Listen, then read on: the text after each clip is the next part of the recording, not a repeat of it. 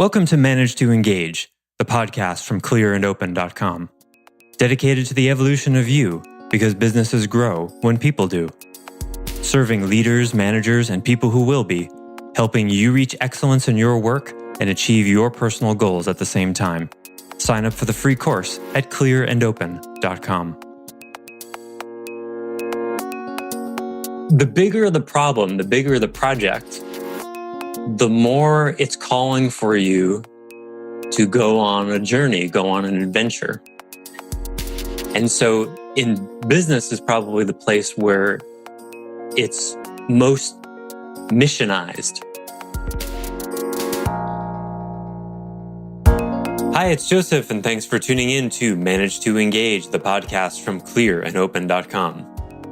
I want to acknowledge this is the 200th episode of this podcast, and thank you so much for listening.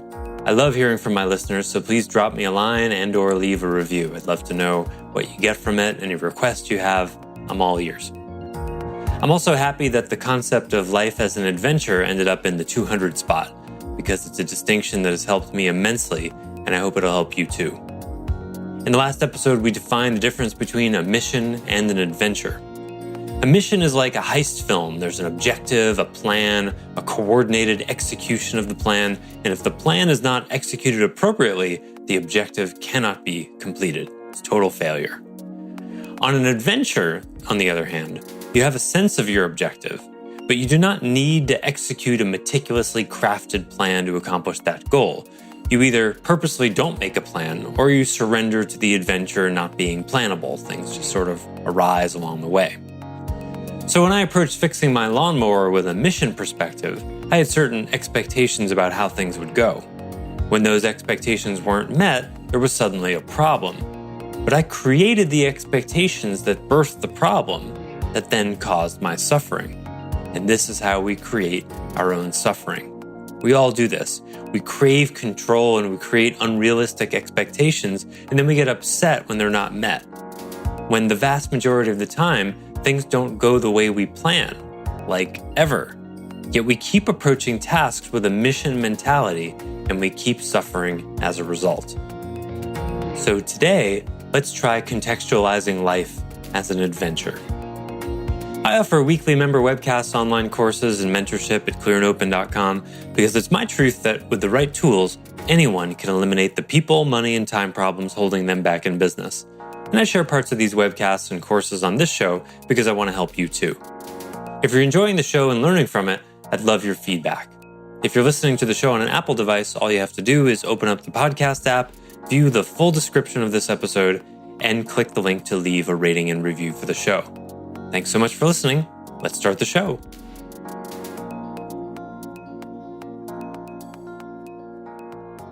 That's why I like this mission versus adventure kind of frame, because for me, one of the ways my mind likes to inflict misery on itself really is by resisting life as an adventure in the greatest context. Like the fact that I can't make things go the way I want is a depression trigger for my mind. You know, it's like, see how uncoordinated you are. You go out and you try to fix the mower and you turns out you broke it, right? Like, well, that's one story. But if you look at it as an adventure, it's like, well, I went out and tried to do something and some arising things occurred. And because life is in fact an adventure, it's easy to observe that. You know, and I think of the, Frodo's adventure in The Lord of the Rings, right? The mission was cast the One Ring into the fire of Mordor. That's the mission. But the 6 hours of the movies and the 700 or 800 pages of books are about everything that happens on the way to the volcano inside Mordor, right?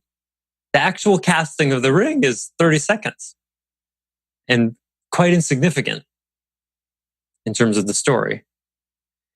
But what the story is largely about is who Frodo discovers he is and who he becomes in the process. That's the adventure, right? And there's this constant hearkening back to, Sam and Frodo are constantly talking about wanting to go back to the Shire, right? Because in the land of the Shire, there wasn't even awareness of this impending evil and doom that was, they were so insulated. They're like literally on the other side of the map from Mordor, insulated from all of that. And so there's all these lines of, just being a plain hobbit and never getting into any adventures. That's a line directly from the book, right? Never getting into any adventures. The next day is pretty much the same as the one was today, and this simple earthly life. And then it's discovered that Frodo has this amazing capacity to not be corrupted by the ring. And he's just therefore, because everyone else around him, the wise people won't even touch it, and the less wise people will try to take it from him. And so it just sort of lands in his lap. Well, I guess it's my destiny to take it. And so he does.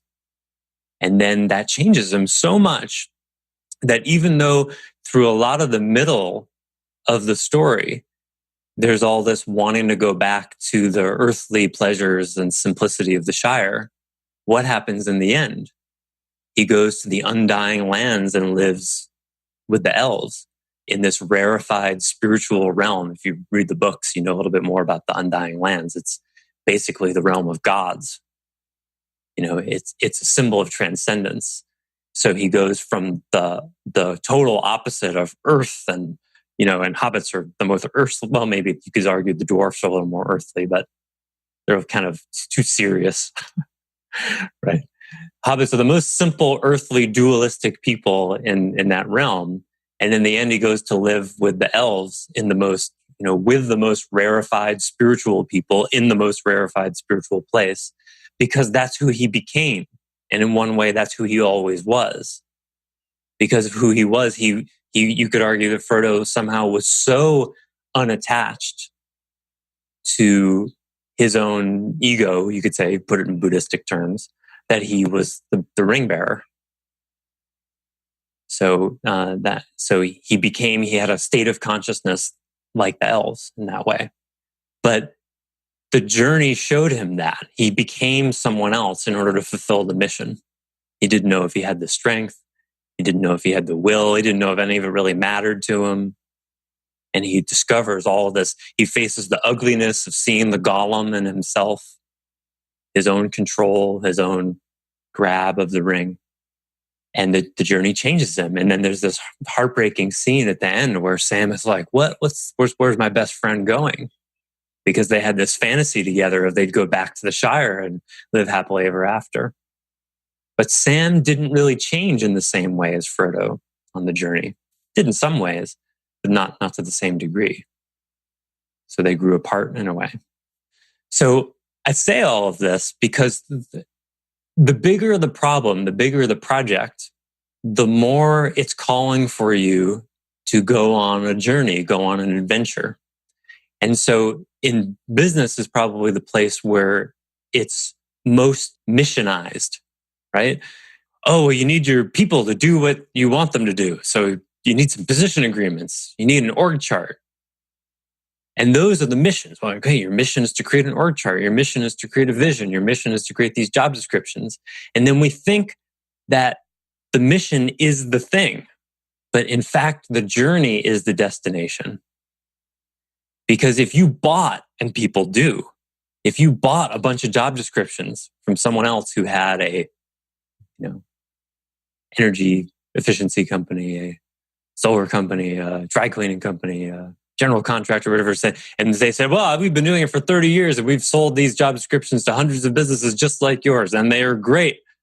And it'll save you all sorts of time. Just give me X $100 and I'll here the job descriptions are. You achieve the result of the mission, but you circumvent the journey. You circumvent the adventure.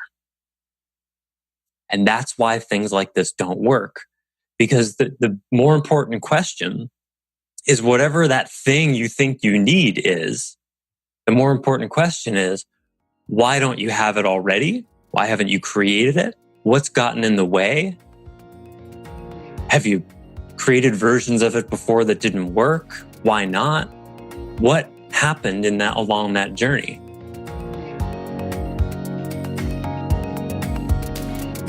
Thanks for listening to Manage to Engage, the Clear and Open podcast. Join us next week when you'll be a little bit closer to who you're destined to be. Until then, know that Clear and Open is dedicated to the evolution of you, because businesses grow when people do. If you want to help the show grow, I'd appreciate you leaving a rating and review on iTunes. All you have to do is open the Apple Podcasts app, view the full description of the episode, and click the link to leave a rating and review. Or you can go to clearandopen.com/review and it will bring you to the right place. If you're looking for more support on your journey, head over to clearandopen.com for even more tools, articles, and free resources. Thanks so much for listening. Bye for now.